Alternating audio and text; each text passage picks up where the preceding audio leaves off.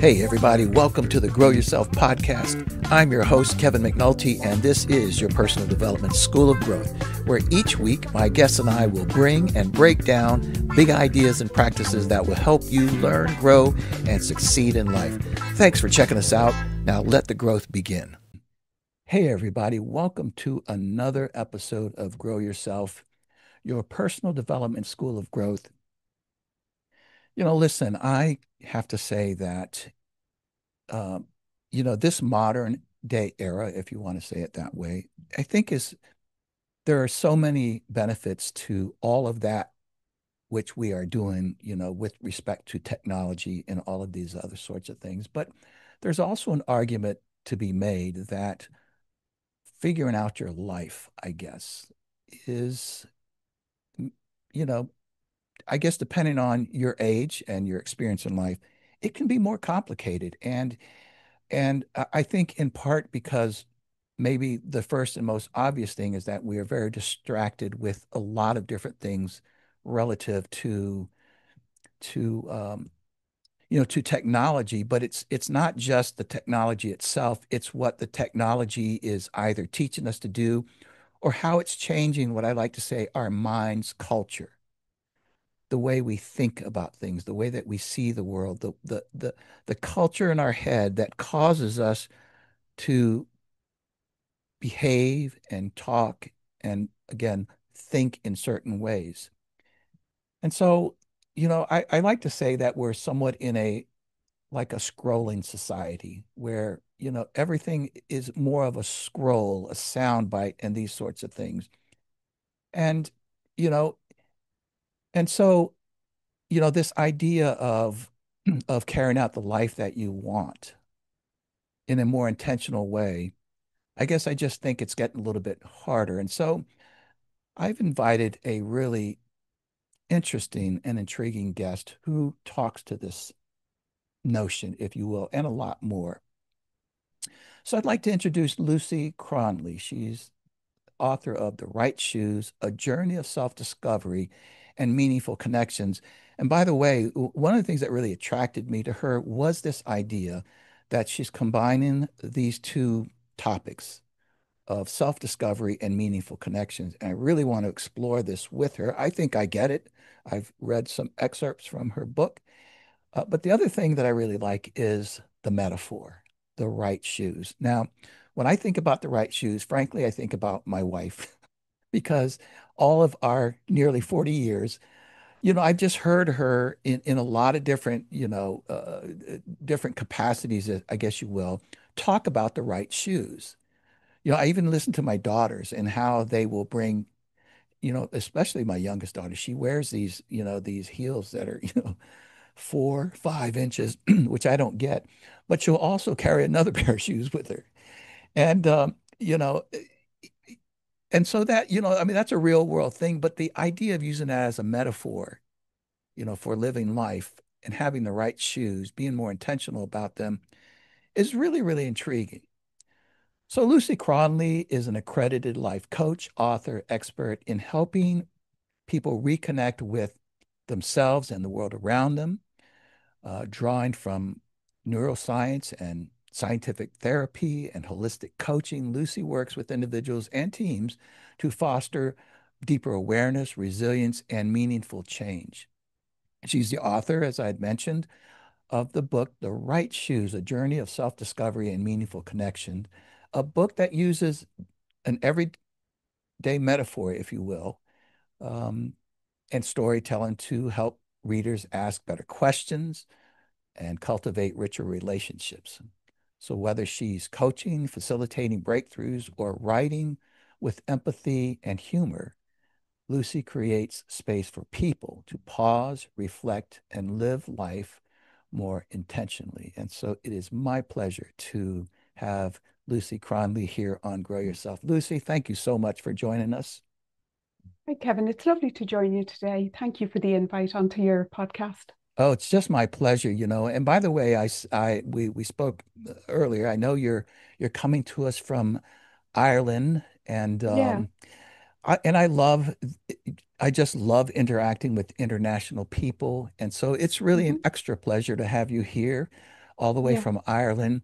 Listen, before we get started, would you mind just sharing with our audience a little bit about, who is Lisa Cronly? Tell us a little bit about who you are. Um, well, I am mum of three boys in their 20s, so they're adults now, I suppose. And in my head, I have to let them be adults. And it's funny when they get to that age, it's like the task as a parent is to get out of their way. So I suppose it's negotiating that path at the moment. I'm married to my husband Nigel for 30 years, and we love to travel. We've done a couple of road trips across the states, Oh, beautiful. so that's been something that we've really enjoyed. One we did in a camper van, and they got out of the camper van in New York and said never again. And the second time we did it in a minivan and stayed in hotels, which was much easier. That's a much more pleasant experience. Yeah, much more pleasant experience. So we love to travel. I have an unending curiosity about all kinds of things, so that brings me to all kinds of different places. And then I suppose as a young child, I was one of five siblings, and my mum passed away when Mm, I was six. So that left quite a gap in I, things in my life. I can But imagine. but the funny thing about it is, and I've spoken about this before, is although I was so very young, she left me with two very distinct things. One, she taught me how to knit, which has been a huge connection to her. And the second thing is that she left me with a sense of worthiness. Mm. So even though I was so very young, it left me with a sense of being worthy and my place in the world. I was worthy of it. And that has been such a powerful piece that holds and scaffolds at all kinds of tricky and difficult times. So I think that made me realize how we can put that into people around us and into our children, regardless of age, that it's important to offer that gift. Well, I love the way that you said that about offering the gift because in fact, it's actually one of my questions when you were talking about your child who's not a child anymore, but I get that. Mm, And I'm a coach as well, personal development coach, but goodness gracious, it seems almost impossible to coach your own kids. Do you agree with that? And I why? do. Well, because we have a different role. Our role with our kids is so unique. Like Mm, I'm their mom, so and that's my role. So they see me in a particular way, they see me around certain tasks, they allow me in some ways, mm. not in other ways, so and they have to forge their own way in the world. So it's like we guide them when they're small, and we can kind of even when they're very small, you can physically take them out of danger. But like my boys are now all the shortest one is 6 foot and the tallest one is 6'5". Oh So my. the chances of me being able to lift them out of danger at Yeah. this point in Yeah. time just Yeah. doesn't happen. I'm about 5'3.5", five Oh four. my. So I don't have much of a chance there. Yeah. So it's how we guide them in their lives, but how we then look at getting out of their way to allow them to make their own decisions. Very, very interesting. I have to admit, I've never thought about the role aspect of it. I mean, obviously, I know that. And the other part of it is that, and I've mentioned this on other podcasts, that particularly with my younger daughter, I remember a conversation after she'd went off to college that we eventually had this conversation where she spoke to me about not parenting her. Yeah. And I got that. I got that. And as a matter of fact, leading up to that, because she'd already been out maybe for a couple of years when we had this conversation, I thought to myself, I actually try not to parent her. And then I asked myself, well, what happens if you give her, if I give her advice that maybe her bestie would give, or Mm-hmm. somebody sitting in the coffee shop that she has no idea who this person is, maybe around the same age, but I give her exactly the same advice, and maybe with the spirit of not parenting her, yet she still doesn't see it that way. And what you said about my role it just kind of like a light bulb went off. Yeah, but I think that's so funny, that story, because one of my oldest son, he's on the autistic spectrum, but he has a funny thing about food. Mm. And, so I would always try and encourage him to eat fruit and eat vegetables. And, and after a while, and he got into his late teens, I kind of you Yeah. know, gave up after many years of toil and arguing and everything else. So as I gave up, he came in one day from his kickboxing class and he said to me, "Do you know what my kickboxing teacher said? He said you should eat fruits and vegetables." And, and you're kind of going, what? What? You're kidding me. Yeah. Yeah. And I'm going, wow, have you ever heard that before? And he kind of went, no, I never realized, so it's Oh, because that's too good. we have that role of parenting them, I think, from a young age, and that connection. And that age when, if you're just going to the shop to buy a bag of sugar, they're coming with you. Oh, it's like a great big trip, so, Hmm. but then it gets to the point where only just looking at them annoys them. But that's because they're shifting into their own Mm. space. They're shifting in, individuating away from just being Yeah. your child. They're becoming their own adult. Yeah. And I think at that point, it's about trusting that we've put enough in for Boy, them to be able to grow themselves. that is So so good. they need to move ahead themselves. Yeah. So it's to I'm allow them I'm to do that. one more time, please. Mhm. Oh, no, I was going to say that it is interesting during that same conversation, though. I did push back a little bit with my daughter, and I said it wasn't a debate or an argument. We were just having a Mhm. conversation, and I said, well, Alexandra, I'm trying not to be a parent or parent you. And I said, is it possible that you might be just, still seeing me in that way, regardless of what I Mhm. say? And she goes, well, you got a point there. And we really kind of came to a common Yeah. understanding about what our lives are now, and how we can Mhm. interact with each other. And that was several years ago. So we have a beautiful relationship. But that's very interesting what you said. And that really resonates with me. So, Lucy, I'm interested a little bit about your career progression. Yeah.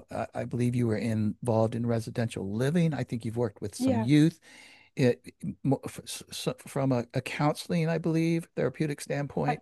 yeah, well, I worked in a residential center Okay. that for many years, and I worked for a while. I was manager for 25 years of managing teams Wow. of people that would have worked in residential centres. So it would have been children that would have been in out of home care, in the care of the state.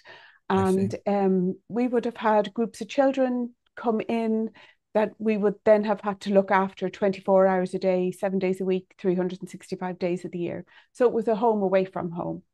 And that would Hmm. have been my passion and my love to, kind Mm. of help young people find who they are, explore themselves, and managing teams. I loved that as well. I loved the Mm. idea of growing people into being the best version of themselves from all angles. So it would have been something I really enjoyed. I then was injured in a Mm. place in an accident that happened at work, with an assault at work from a young person. Mm. So that led me down a different path. I ended up out of work for a while, and then ended up having to go back to a different setting, which would have been a community-based setting. So I managed there for a while, but then further surgeries came into play, and I just had to step away from work. It was All just right. too much. Physically, it was just too much. So I'm sitting at home for a little while, twiddling my thumbs, going, okay, this is not going to work for me, sitting at home. So I took the opportunity to go back and study life coaching, and added in other studies as well. But I've always stayed in that learning space. So I've always had some course or something on the go. Sure. So life coaching came into play at that stage. And then I had the opportunity to go back to university to do a level 9 in leadership, creativity, Oh my. and I can never remember the third thing, but but anyway, there's a third thing as well. I How to can't think improve of your it right memory, now. maybe it was or something. That could be that, but I can't. Innovation. Yeah. Anyway, Okay. so I went back, and then while I was there, I mean, I never intended to write a book. But the book came from a final year project. We had to do our final year project around something creative and a creative way of approaching your work or your life Mm. or something that you wanted to do. And it started with, we were given, at the end of the first week doing creativity, we had to go off for a little walk around the campus. And as I was walking around, I could hear footsteps behind me. I could hear my own footsteps very quietly on the grass, a little bit more noise up on the tarmac as I started to walk along that. And it brought me back to when my middle son, Owen, was very sick. He had cancer when he was 11. Mm. And as a coping mechanism, when I was in the hospital, I always wore really quiet shoes because I felt like I wasn't really there. Wow. So I thought, oh, wow, I wore those intentionally. And then I was thinking, where are they now? And I thought, I actually gave them away because they were a pair of shoes I loved. So it wasn't a lack of love for the shoes that made me give them away, but it was their association with that Mm. wish not to be somewhere and as a Mm. coping mechanism, a scaffolding for Mm. something very difficult. Yeah. So that got me thinking about shoes and the stories shoes tell. So I started asking lots of different people about, oh, I love your shoes. And, how did they come about? And, the funny thing is, you can step into a lift with somebody you've never met before and say, I love your shoes.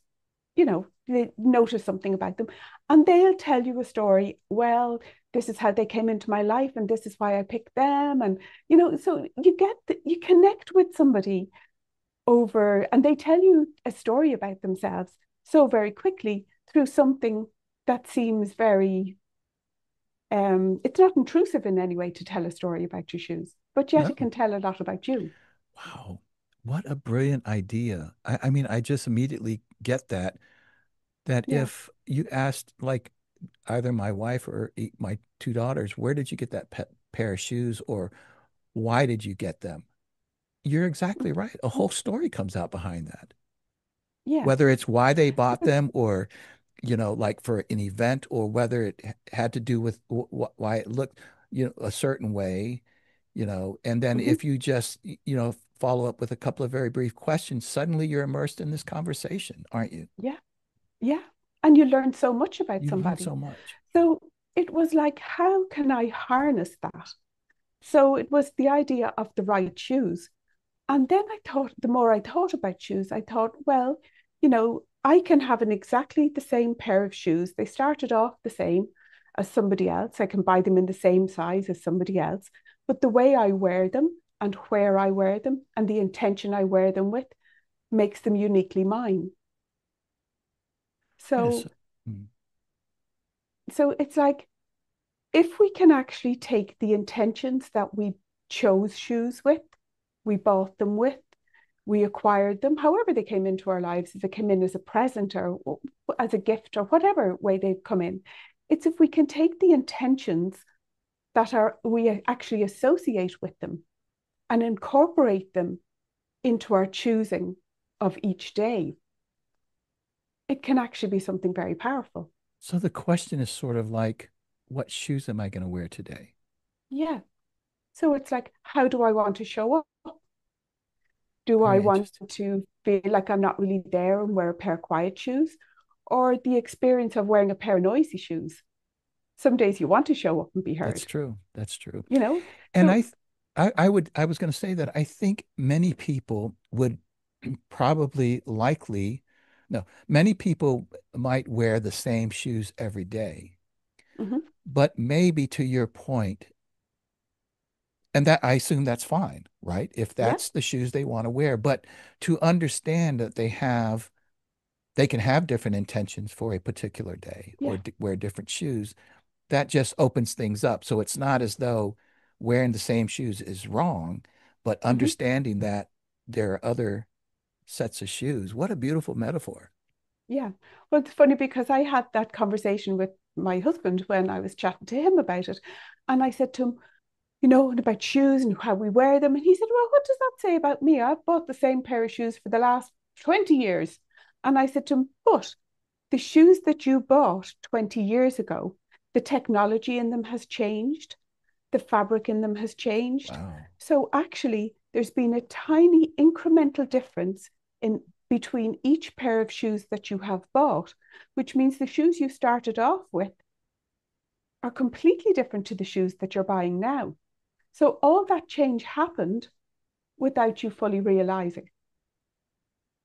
Wow, this just opens everything up. I do want to ask you though, and you feel free to take a pass on this question if you want, but I would like to ask, it sounds like you've had at least two very traumatic things in your life. Mm, One, as the assault, and secondly, your child's cancer. How does that inform you today or about what shoes you have picked or the shoes that you pick? I mean, it doesn't take a psychotherapist to know that, trauma, be it physical or emotional, can reshape the way that you think about things. yeah. How is that trauma either both together or separately affected how you think about your shoes? Well, I think that for me, it's about who is it that well, no, actually, more it's about other people. It's about other people that sometimes show up and they're not their best self. Mm, And we don't know what another person is carrying. very interesting. It's made me very aware of that. So it's very aware of how another person is, that I'm not judgmental of that. Just understanding that actually they're the best that they can be in that moment. Wow. But that doesn't mean it's who they are. Okay. So it then changes that when somebody shows up and they're not their best self, it's not about me.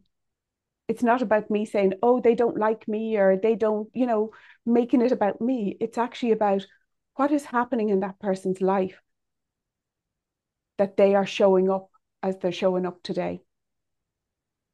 It's interesting that you say that because when when I get online and if I do, if I see a comment about something, especially if it's a charged up comment, political or religious or whatever the case might be, and then I'm more fascinated by the comments than the actual Yeah. the comments to the post than the actual post most of the time.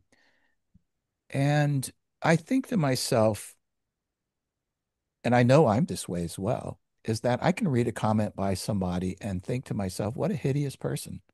I mean, I don't, maybe I don't see it that really, but I'm just over dramatizing it for this Yeah. conversation. But to your point, that might have just been a visceral reaction that the person had, and they could Hmm. be completely different than what Yeah. I'm seeing in that one single soundbite. Yes. Yeah. And it's sometimes then it's what you can do that can help that person to scaffold them a little bit in that difficult moment. Like if you say to somebody, if somebody kind of launches at you in a way and you go, are you okay? Is there anything I can do? That changes something, doesn't it? It does actually. So it's not about you. I Yeah. mean, you're there, I'm here comfortably in my own shoes, who I am, Yeah. you know, but somebody else might not be. One of the hardest shoes that I have that I probably take off more than I should is my Christian shoes. I mean, I'm a Christian and Hmm.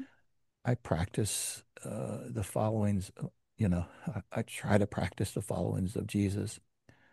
But I got to tell you, Lucy, the hardest thing that I find to do in life is the simple things that Jesus commanded us to do about, love your neighbor or don't judge or whatever the case might be.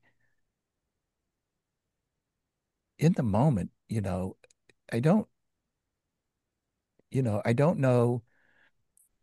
I don't sometimes put on the right shoes. I don't be it a religious concept of about what Jesus said or any just a common decent way of living, you know. Why is that? What, not just for me, but why do people wear the wrong shoes sometimes? I think it's sometimes about aligning to values. Mm, And sometimes we're just a little out of alignment with what we value. And something can just land very quickly, or it can be, as you said, a visceral reaction. And that's the idea of between stimulus and response, there's a space. mm. You know that idea, if Oh, you yeah, come for across that, sure. Oh, yeah. so it's that idea of the space, to take the space. So when something lands in like that and it triggers a reaction, allow that reaction and then kind of go, okay, but how do I respond in a way that aligns to my values? And I think that also um, insists that you align those values in your behavior towards yourself, because I think that's the most important piece where it becomes really authentic. Like if we talk about being kind to ourselves, like I've heard people talk about, I'm a kind person, I seek to be kind in the world. And then I'll hear them saying, look at the state of me, look at the way I look at my hair, or look at something about me that's really awful.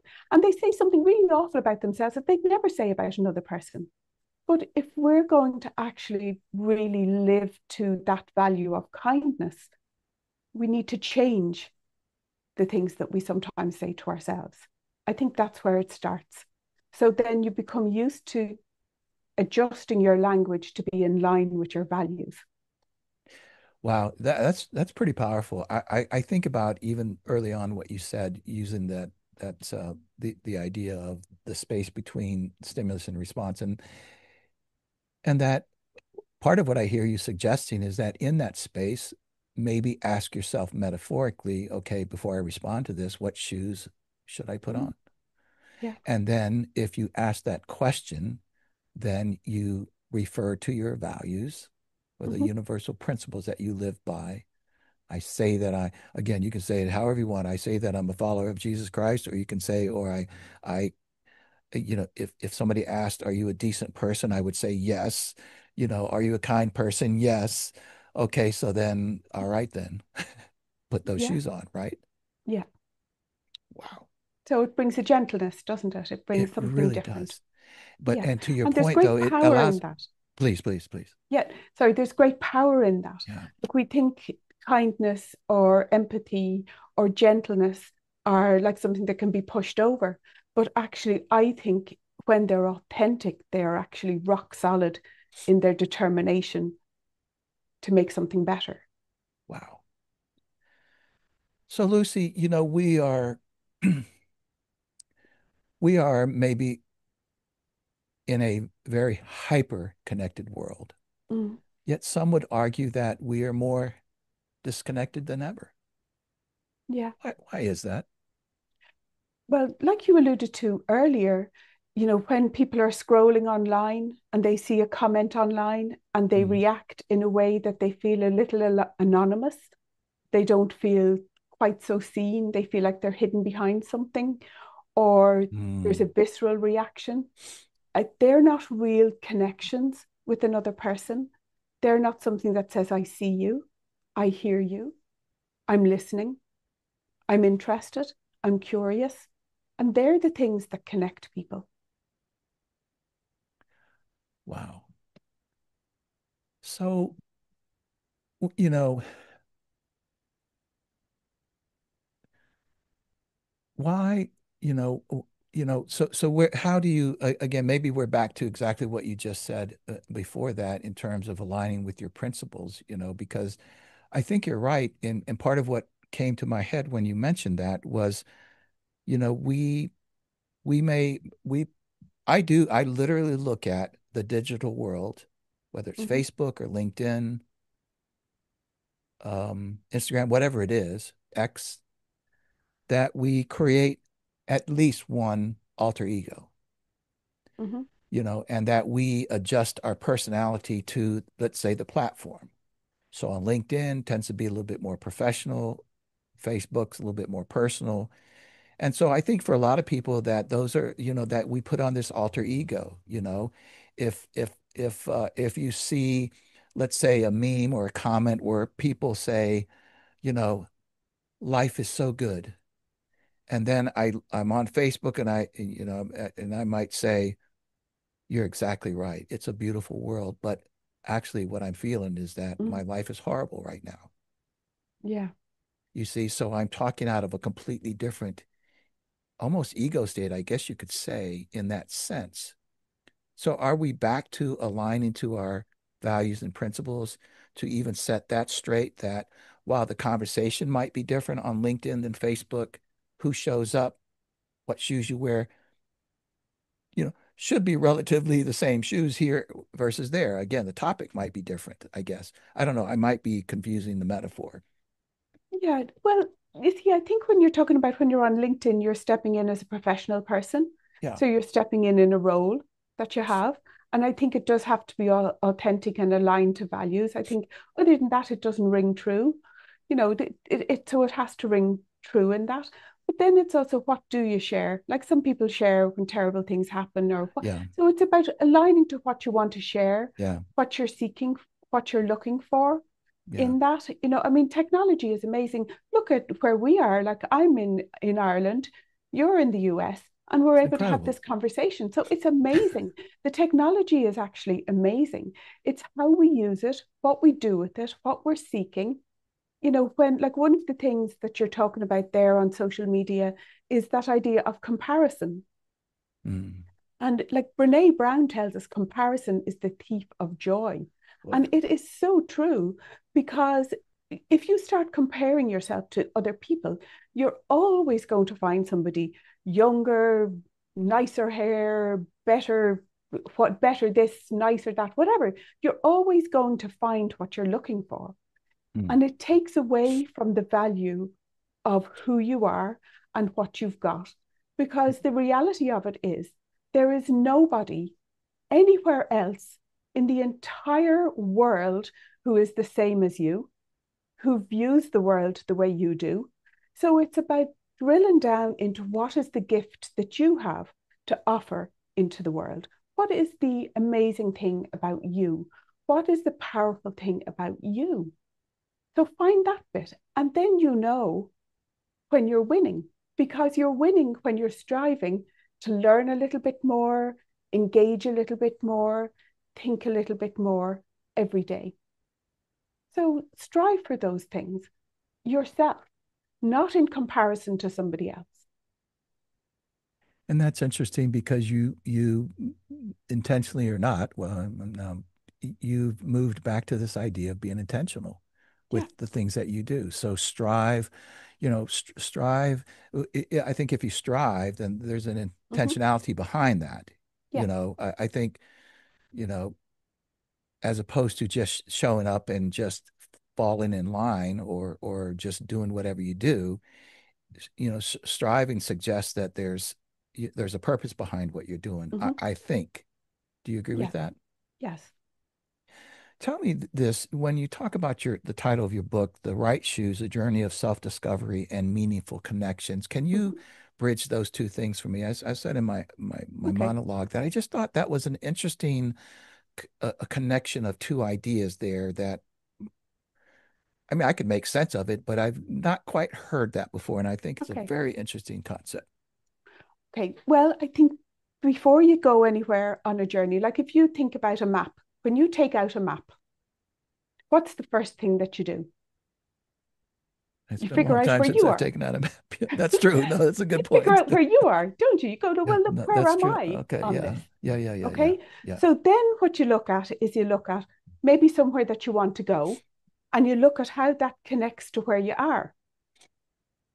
So it's that idea. You I figure see. out who you are, what you've got with you, what you've got in tow, what are the things that might get in your way, what are the things that are important, where are the things that you want to go, and what are the connections and the things that you need to actually get there.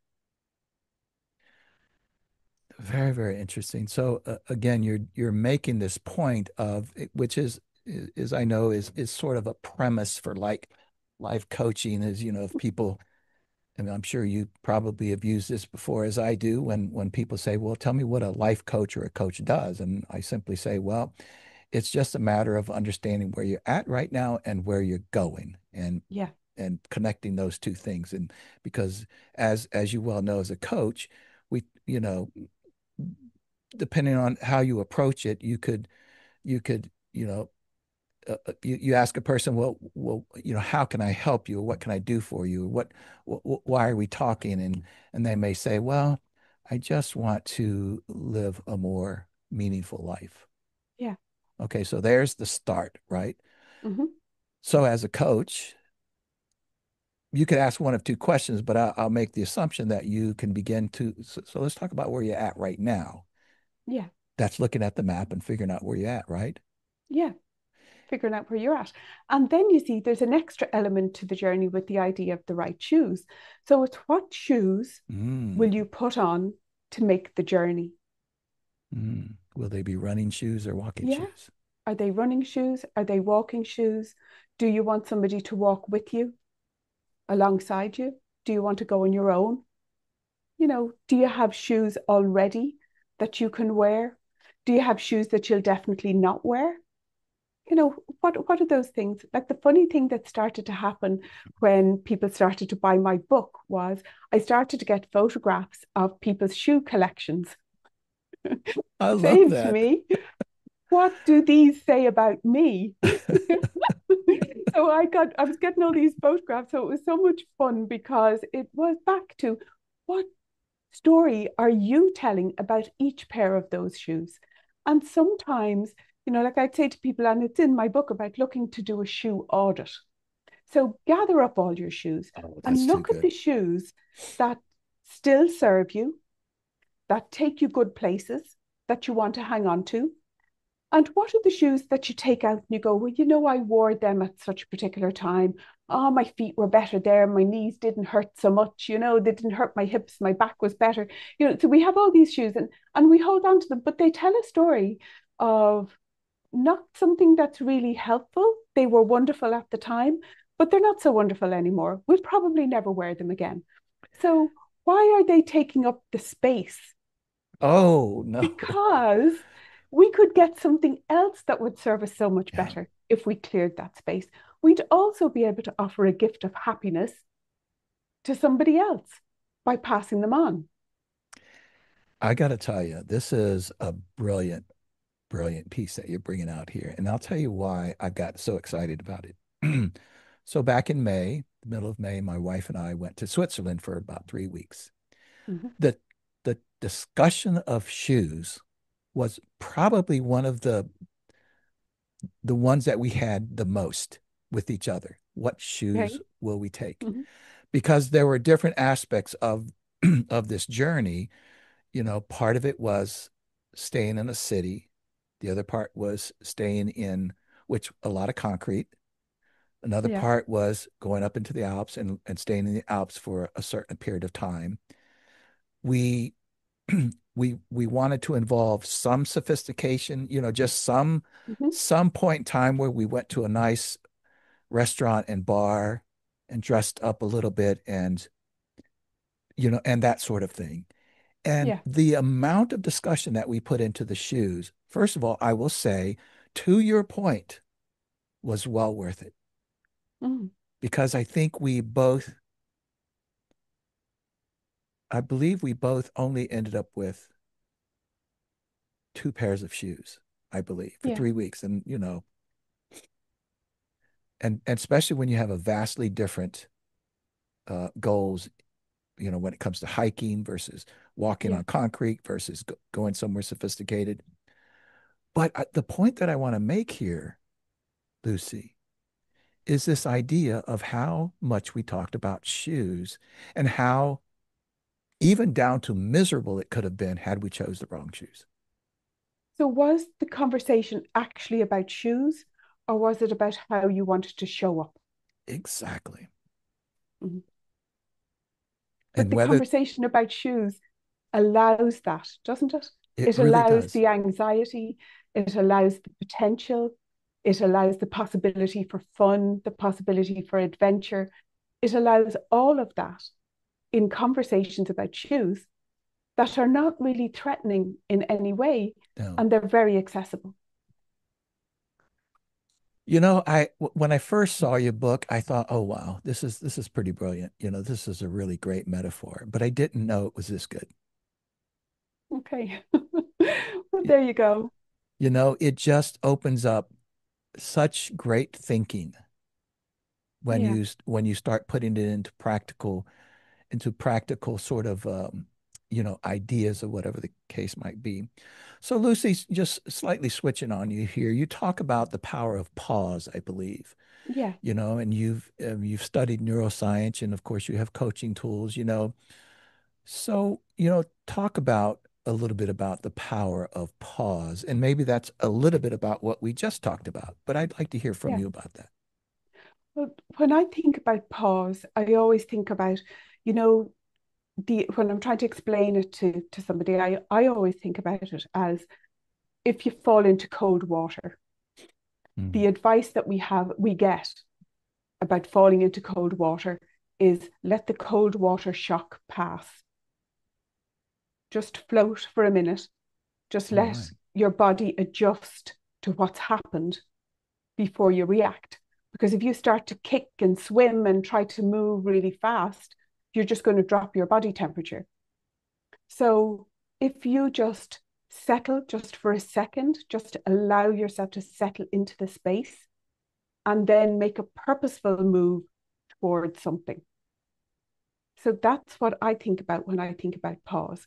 It's just to allow that, when something happens that rattles your system, rattles your nervous system, just take a moment to figure out actually how do you want to purposely move forward. Now, we don't always do that, but even if you've reacted, you can still stop and pause. You can still go, hang on, I'm actually going to pause here. I need a second. I need a moment. And we are a little bit back to the stimulus response thing that because you can even have, like, there's a lot of folks now that are doing the cold water plunging and the Yeah. cold showers and all that stuff. By Yeah. the way, on the whole cold water thing, especially the shower thing, there's this idea, and I'm sure you're very well aware of it, that, that if I were to ask you if you were a courageous person, do you have courage? Some people would say, well, I don't know exactly because I've never really been in a position where I had to show tremendous amount of courage. In other words, you're facing fear, you're Okay. facing a very difficult situation, and you decide to, you're on a subway train and you see, a man who looks maybe fairly strong, picking on a kid or another person who looks quite weak, you see that situation, you think, man, if I step in there, this guy's going to take care of me. And I just don't know if I'm going to do that. And then you muster up the courage and you jump in and do that. Well, sort of the premise there is the idea that you don't, maybe don't, some people don't necessarily know how courageous they are. But what I Yeah. like to say is that if you want to figure out if you're courageous, um, take a cold shower. That will tell you how much courage you have because I had tried that a number of times. And I remember thinking to myself, Kevin, you're an absolute coward. It's just a cold shower, but you can't last 2 seconds. But but but Kevin, I think you see our muscle to be brave Yeah. just needs to be stretched.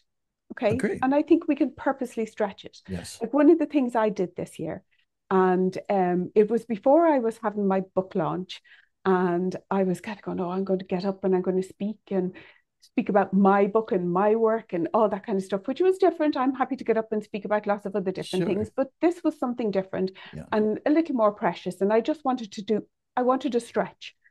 So what I did was I joined a coaching program, and the coaching program was for 6 weeks.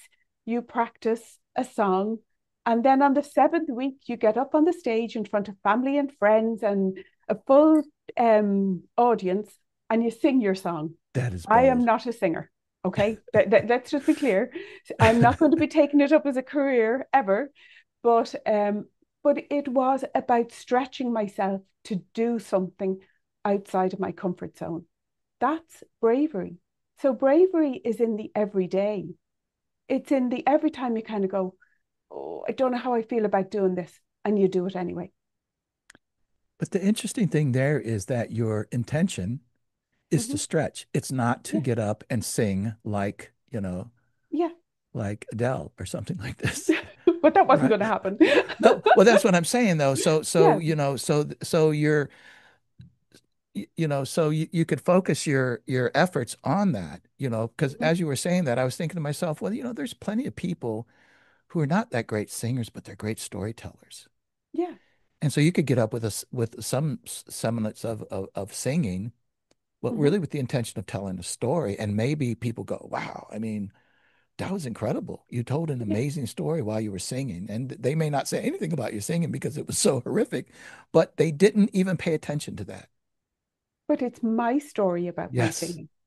That it's my story Interesting. about um this was something that I was going to be seen. I was going to be heard in a different way. I was going to be on my own up there. But actually, I had a whole gathering of people who I knew were actually going to clap for me because they saw my courage doing something outside my comfort zone. I So love that. who are the people that cheer for you when you step outside your comfort zone? Good point. They're important people That's to right. have your connections with too. And that's the meaningful connections. That's right. Who are the people that cheer for you? That's right.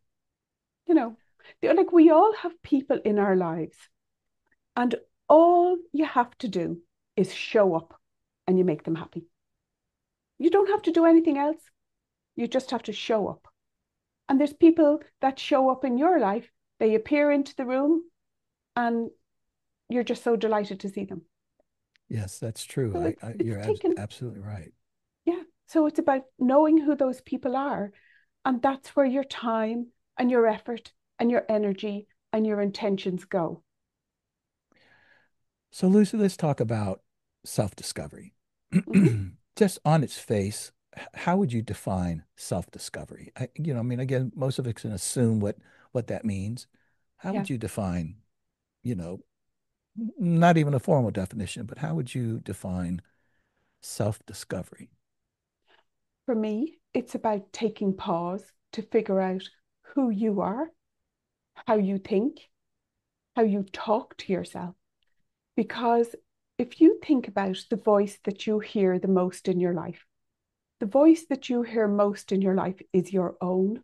You hear it inside your head, and you have heard every single word that has ever come out of your mouth.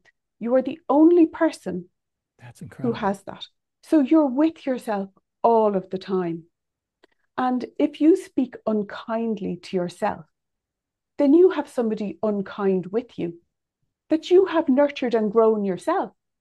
So actually, you can decide to change that. So when you know how you are with yourself, then you can align more to your values. I'm a kind person, so you have to be kind to yourself. You have to align to your values when you know what you do, how you are, how you behave with yourself. It calls all those things to question. And so then the goal, I mean, you sort of explained it, Mm-hmm. but I just want to keep this because what you just said was so incredible. So the goal with self-discovery Yeah. is the alignment of,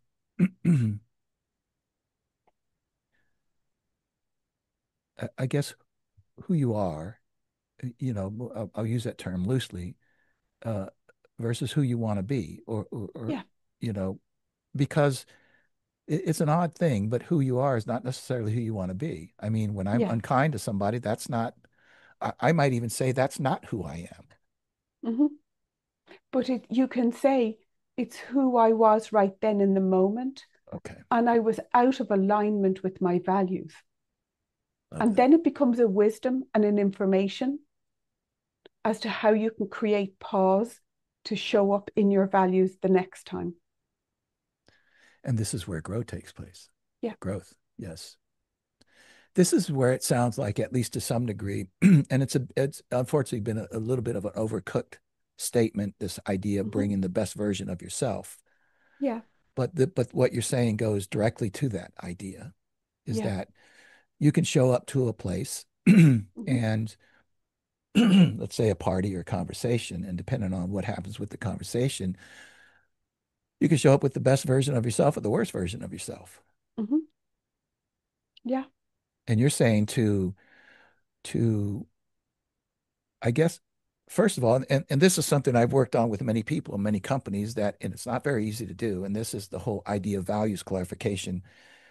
Some might even argue that that's that there's a some folks don't even like the idea of values clarification. And I think in part, and when I sort of work through this idea, you know, I try to inform people, that we have a lot of values. It's not as Mhm. though we're trying to just pick one value that you're going to align yourself with, but maybe get down to the core values, to the set of values. Again, if I come up with, just as an example in this conversation, if I come up with 5 values to which I'm going to operate my life by, it doesn't exclude the other values. So No, it's not as though those aren't there, but you're saying that these are the 5 that I want to carry in the front of my head and yeah, that I always want to be aligned with. So if I say that I'm a loving person and that's incredibly important to me, then I need to align with those, consistently align with those yeah, values. Am I saying this correctly? yeah. But it's also when you act in a way that's not loving, that Yes. hasn't sat well with you in your day, it's how can you make a repair? Because the idea of being connected, like I think when we're connected to our children when they're very small, it's like they're connected with a solid rope. You know, when they're Yes. small, they're connected really Yes. well, really firmly. But as they get older, that becomes thinner. It's like it becomes a thread as they go out into the world. So it's like if something happens there that damages that little thread of connection, it's how do we step in and make a repair? Take ownership of, I didn't show up being my best self. I didn't say what I really wanted to say. I said something out of anger. I said something out of frustration. That wasn't how I wanted to show up. If I could say it again, what I'd say is, so you can make a repair. I see. Very, very interesting. On the road to, or on the topic of self-discovery, I'd like to talk about 2 things before we close here. One is the idea of how one can help their children enter into this notion, this idea, this behavior, this habit, this thought of, you know, self-discovery, so Mhm. that perhaps, because I'm sure you would agree, I think it's basic psychology that particularly your early years, they Yeah. have such a great impact on who you end up later on in life. So how does a parent, or even a coach, maybe, like a sports coach or somebody who's involved with young kids, how do they help young people, um, develop this idea, this maybe even a habit or this tendency to self-discovery and growth? That's one. Yeah. And then the other one is that, let's say you show up later in life, had a lot of trauma, and you're really kind of screwed up. Where do they Mhm. then go? What do they do to then develop more self-awareness, more self-discovery, and then grow into person? So first with the Yeah. children. I think that's about empathy, having empathy for when they see bad behavior in somebody else. What's the narrative that they have around that? What's a narrative that makes it not about them themselves, but about where the other person is at? So they don't start to internalize somebody else's bad behavior being about them. I think that's really important Can you so make an that they, example? well, if I suppose, let me see, if like when I would have been in the hospital with my son and he would have been very ill and I would have been very frightened and very scared by Mm. times. And I would have been maybe very cross or very annoyed with nurses or with doctors or not getting information that I wanted and needed to get at the time. And I found myself being maybe louder or crosser than I'd like to be, and then would be outside of my normal way of being in the world. So that was about how I was, not about the other people who were trying to help me. Wow. Wow. So if somebody can understand that how I am is from fear and from anxiety and from stress, then you respond differently. And it's not about anybody else except how I am. Does Wow. that make sense? It does make So then sense. we don't start to take others' behavior as being about us. Very, very interesting. Yeah, no, that makes a lot of sense. It's interesting just as you were talking about the nurses and I could see a change in Mm, the way you were speaking. yeah, I mean, because you're obviously raising these ideas, but you spoke yeah, brilliantly about it, but I could see a little tension there. yeah, yeah. Because there's something different, isn't there, in Oh when we're yeah. in that really highly stressed space. Yeah. But then I think if we can see that in ourselves or we can see that in other people, we can offer forgiveness on both sides. So when we act outside of our values, we can be forgiving of ourselves, but we can be forgiving of other people. Now, it might be a case of then when somebody is in that kind of behavior, that we look after ourselves and step back. That That might we be the very best thing for us to do. Or it might be a case of we can step forward and offer something different. So we need to look at how we manage to be true to ourselves, true to our own authenticity, and what can we do to support or help somebody who's in difficulty. and so relative to the idea of how you help your kids or, Mhm. young children, if you're coaching them or something like this, is the idea what I think most of us know, but probably don't do well enough um, is pay attention to how we behave around them. Yes, I And think this so. informs them as to how Yeah, they can be more empathetic or whatever it is that, yeah, you see.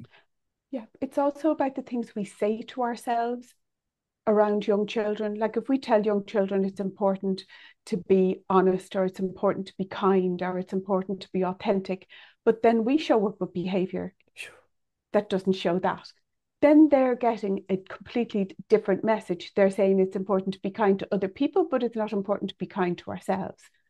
So we have to allow that to be a part of our own behavior as well towards ourselves. And that's the self-discovery piece and the piece about knowing who you are and how you show up. And if you do say something unkind to yourself and you've said it out loud in front of a child and you kind of go, that wasn't a very kind thing to say, I should say something different.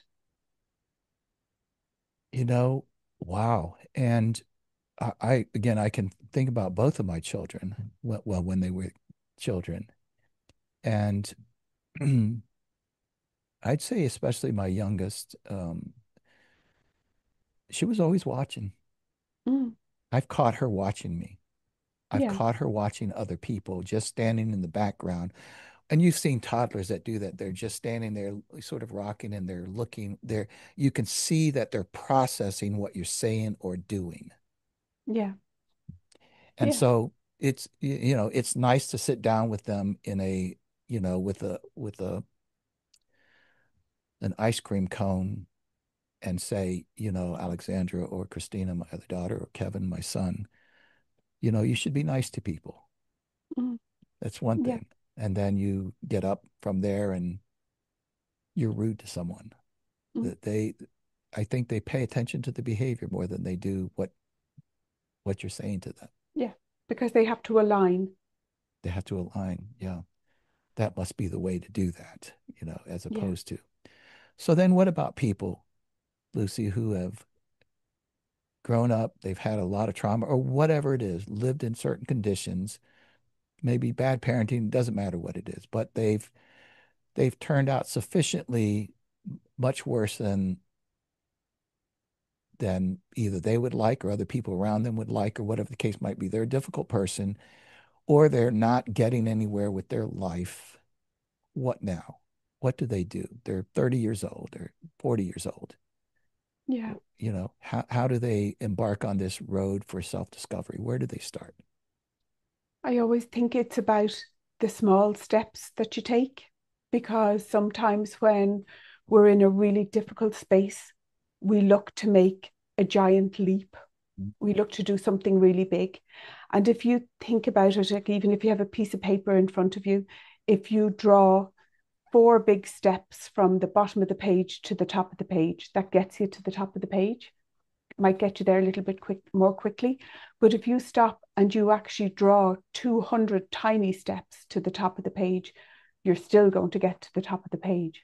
Mm. So it's about the small steps that you can take. And it's the idea of no matter what state you're in, it's what can I do right now to be happier? So it's not about that state of happiness, because I think that's an ever growing piece. It's a what can I do right now to be happier? And sometimes that's connecting with another person, or making a cup of tea, or going out for a walk in nature, or having a lie down, or something that's just something small that you're starting to make choices that move you towards being happier in that moment.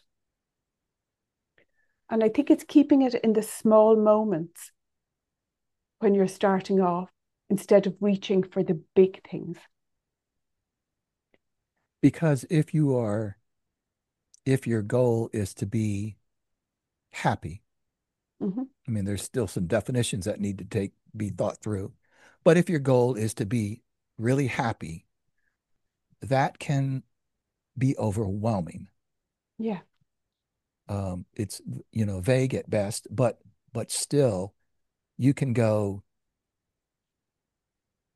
6 months just trying to be happy, not be happy, and then give up because you think, I just, well, again, there's a lot of fundamental questions that might be inside of that. But Mm-hmm. what you're saying, if I understand, is maybe you ask yourself or your coach asks you, what's the one thing that if you started doing immediately would lead you towards being happy?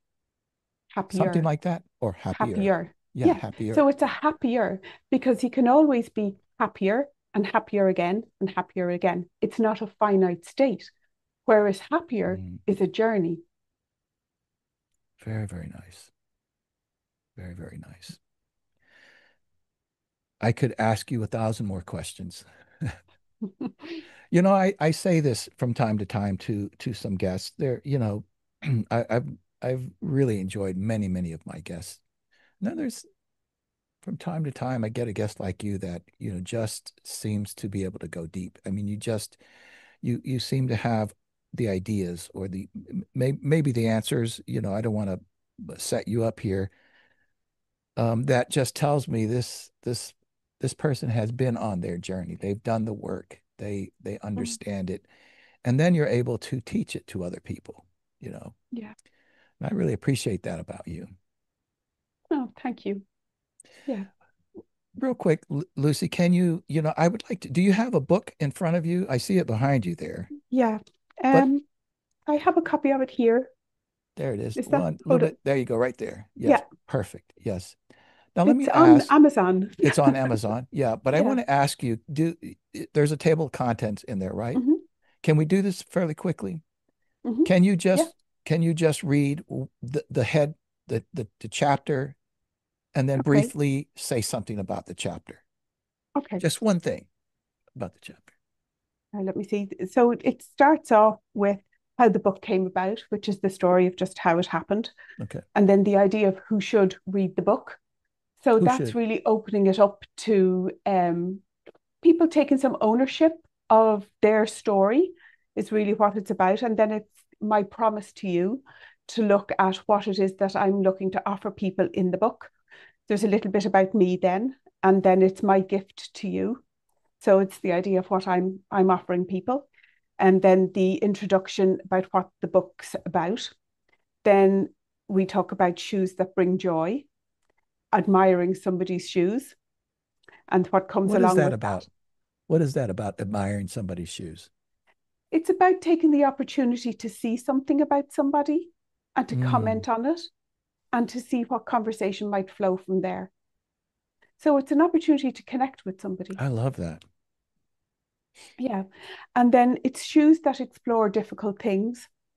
So that's like the idea of, kind of when I was in the hospital and how I was able to be safer in a difficult space because of the shoes I chose to wear. Hmm. So, so it's about that idea. And then it's about sometimes it's not that we're in the wrong place, but we have the wrong shoes. Hmm. So if you go to a building site and you have your slippers on, they're it's Yeah, not going to work. it's not going to So work out well. Yeah. yeah. So sometimes it's about just figuring those things out. And then it's the stories of others. So it's other people telling their stories about shoes. So I interviewed different people about shoes. So that was a lot of fun. I bet it And was. then yeah, and then it's shoes. It's the one of those days shoes, and that's just a story where one day I was in a big rush and I was rushing about trying to get stuff done, and I just didn't feel right. I couldn't put my finger on what was wrong, but it turned out I had two similar sandals on, but they were actually different. So I was actually off kilter. So it's just one of those days. Yeah. Very And interesting. then it's the wrong shoes in the right place or the right shoes in the wrong place. And it's just kind of talking about that as well, about how we are and how shoes serve us in different places. And then it's about powering up. So it's that idea of, kind of shoes that you want to wear to make you feel like you were saying when you were in Switzerland, you wanted to feel, like you belonged in a place, or that you had kind of a strong sense of who you were when you showed up there. Let me say And something about that very quickly yeah. because you brought those two ideas together very nicely. So I went to Switzerland last year. I was in Germany Mhm. for some business, this, that, and the other, and then I went to Switzerland. I went to this place, Murin, which is in the Swiss Alps, and I brought some tennis shoes with me. They were very Mhm. good tennis shoes. They had nice grip on it. But once I started hiking and going up and down, I noticed that the top of where the shoes, the top was, it was mostly cloth, Mhm. and they worked very well on flat land. But Yeah. I noticed that when I'd step down, then my foot would slide inside the shoe because of the cloth. Or Yeah. if I stepped this way, the cloth would bend that way. And it informed me so much about this year. So Mm. then I get a pair of nice hiking shoes that were nice and solid, held onto my foot well. And I remember the first time that I went hiking with them, and I thought, this is a completely different experience. Yeah. You don't have to worry about slipping and falling or the shoes rubbing up against my foot. And I had the right shoes that time. How interesting. Yeah. So then it's the idea of bare feet and the different stories that bare feet tell. Bare feet can be about, kind of powering up, kind of stepping into a space, engaging with Mhm. nature, or it can be a story of poverty and a story of, not having enough. Yeah, So it's what those stories might bring and what the possibilities around that are. There's the idea of walking my shoes for a day mm, and the power of empathy. So it's like that idea of that if you're walking in my shoes, well, then what shoes am I wearing? So it's the idea that we wow, actually show up with empathy. We show up and we hear somebody's story about what it's like to walk in their shoes, and we I believe see. them. I see. Very interesting. So, and then there's the idea of auditing your own shoe collection. So that's kind of got questions and your own way of there's questions about how you actually do that. And then there's owning your own footsteps. So again, that's owning your own footsteps and taking cognizance of how they are in the world and how you are in the world. There is the the self audit piece about oh no, I said that piece. And then there's the gathering the wisdom and the shoe stories. So again, that's shoe stories about shoes that other people tell, the stories they tell. And again, that was a bit about the interview. Then the next steps, there's a reflection, there's a little bit about me, there's some story of fun history of shoes and fun facts about shoes, how different terrains brought about different shoes, how clogs came to be, how Crocs came to be. So it's just talking about different Wow. shoes that were brought up in different ways. And then there is a bit at the end, there's just an invitation to review the book and things like that. But there's then, if you email me, I will send you a workbook to audit your own shoes and to have some fun with the whole idea as well. That's So beautiful. that's there too. Wow, what a fascinating short look at your book. And I sure hope, I'm going to go get it, now. I don't, uh, with so many guests with authors, I struggle to get through Mm, reading, everything. But then when I hear these sorts of things, I think, okay, that's a yeah, book that I want to read and yeah. recommend Well, to you it. see, it's not a really big book, No, it's and it's written so that it's accessible to people. I mean, that was the most important thing for me, that yeah, the ideas were accessible, that they weren't overly complicated, that they planted seeds of ideas and seeds of thought, that you could start to tell your own stories. So I don't kind of dictate how people tell their stories. I instead ask questions about, what stories are you telling about your shoes? What stories are in your yeah. shoes? You had to have had just a blast writing this book. It sounds like it would have Yeah. been so fun with the stories and the communicating with people, and everybody loves the idea. Oh, I know when I first read the title, I was like, it's brilliant. What, the Yeah. right shoes. So, well, Yeah. thank you so much for that. I mean, I appreciate it. Lucy, will you share with our audience where they can find you and your materials, your resources, even your email if you feel like it, where Yes. they could do this? So please share Yeah. where people can find you. You will find my book on Amazon. My email is lucy.cronly@gmail.com. You can contact me through my website as well, which is lucycronlycoaching.com or .ie. Either you'll get me on. And And Cronly is Cronly, correct? yeah, Yes. yeah, it's up there on the wall behind us. Okay. Yes. There it is. So there it is there. Yeah. Yeah. So you'll get me there. That was from my book launch. I got a few giant Love posters it. of it done up. So it was good Love it. fun. Love it. Yeah. Love it. Love it. Well, listen, what a treat for me, to be able to have you Oh, on thank and you. Yeah. speak so beautifully about your book and your work. And really just, there's 1,000 nuggets in here. I mean, that people can walk away with and learn and grow and discover themselves better, make better connections. Wow. You know, I Thank you. appreciate you so much. Just Please, to say about please. the book is also written that you don't have to read it cover to cover. It's also a book that you can pick up, read a different chapter, read a different piece of it. So you can access it whatever way works or suits you. And again, it was written to be that way. When did the book come out, In Lucy? January this Okay, year. so it's pretty fresh then. Yeah. Wow. So, and I think you're right. Again, in this sort of a scrolling, surfing Yeah. environment, that sort of a book I think appeals to a lot of people where they can just read a segment and take something away from it. And that while Yeah. I'm sure there's some progression in there, sequencing in there, it's still maybe each chapter or something stands on its own. Yes. Yeah, Yeah. that's brilliant. So, well, listen, thank you so much for Yeah. taking the time to be on Grow Yourself. And I loved this conversation, and I hope our audience does. I'm sure they will. Thank And you. I really enjoyed being here with you as well. Thanks for asking lovely questions. thank you. No, the pleasure is mine, and I hope to stay in touch with you. Yeah. Great. Thank you. Okay. Well, you take care. You too.